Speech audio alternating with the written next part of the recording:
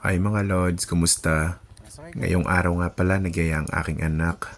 Mag-Jollibee daw kami. Kaya dali-dali ko nga kinuha yung motor at kami ay magja-Jollibee.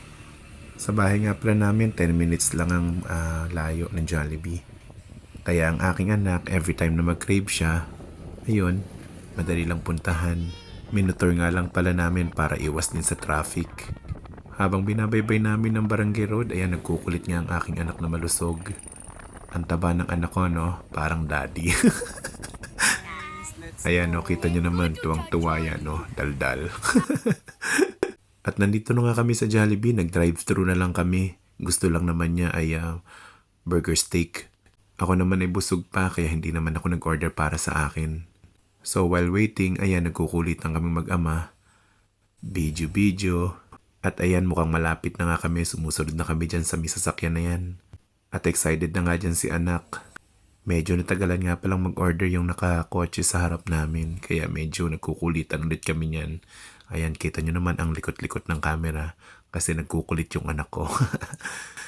This is one of our bonding ng aking anak. So ayan, nagmumotor kami. Ayan. At syempre, kain-kain. Yan ang bonding namin, kumain.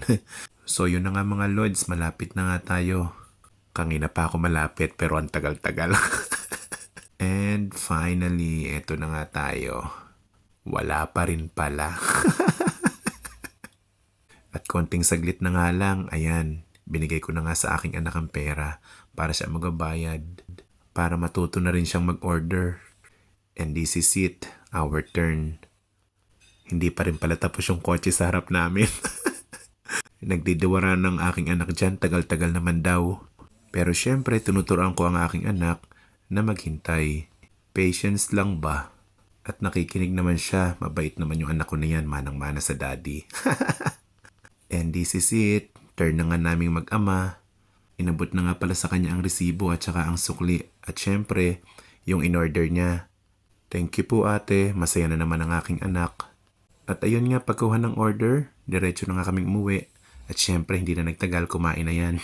Yun lang mga Lods. Thank you for watching. Bye-bye. God bless.